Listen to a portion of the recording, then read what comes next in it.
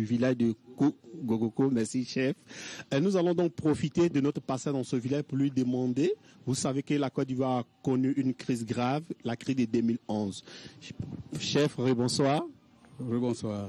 On sait que la Côte d'Ivoire a connu une crise très grave. Vous qui êtes chef central de ce village, comment vous avez vécu la crise de 2011?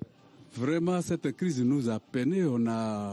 On a énormément souffert. On ne dormait pas dans nos maisons, on dormait en brousse et tout ça là. Donc on ne voudrait même pas que cette crise revienne. Nous voulons la paix. Nous voulons la fraternité. Sinon, nous y sommes pour rien, nous qui sommes en brousse ici. On ne sait pas ce qui se passe dans leur politique et tout ça là. Mais c'est nous qui endossons tout. C'est nous qui allons dormir en brousse. Vraiment, ça ne nous intéresse pas, ça ne nous plaît pas. Donc vous avez dormi en brousse durant la crise de 2011? Durant la crise, nous avons dormi en brousse. Nous avons perdu beaucoup de choses. Et nous avons perdu beaucoup de gens. Donc on ne voudrait pas vivre, on voudrait pas revivre encore ce moment. On sait que la Côte d'Ivoire, il y a eu beaucoup de morts, mais est-ce que dans ce village, il y a eu des morts, possiblement dans ce village? Bon, par la grâce de Dieu, il n'y a pas eu de morts dans ce village. Mais néanmoins, par la peur, nous avons vraiment dormi en brousse. Il y a d'autres qui ont laissé leurs valises en brousse. Il y a d'autres qui ont laissé leurs biens en brousse là-bas. Et sont revenus au village comme ça. Est-ce que vos maisons ont été pillées?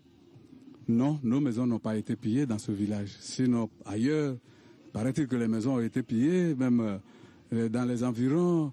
On casse les portières des chefs, on les fait sortir et puis on les botte bien là.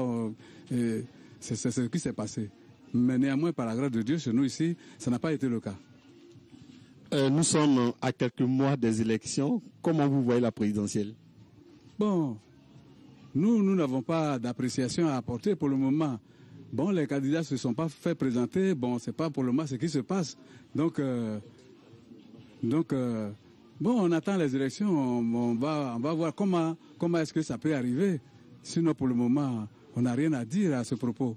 Oui, mais vous, le département de Lakota, vous avez boycotté les élections législatives. Vous avez eu le plus faible taux, 15%.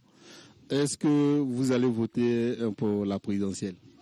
Bon, mais avec le moment, si les gens nous prennent bien, bon, on peut voter normalement comme il se doit, mais s'ils nous prennent de la même façon encore, le vote qu'on fait là, ça y va de soi.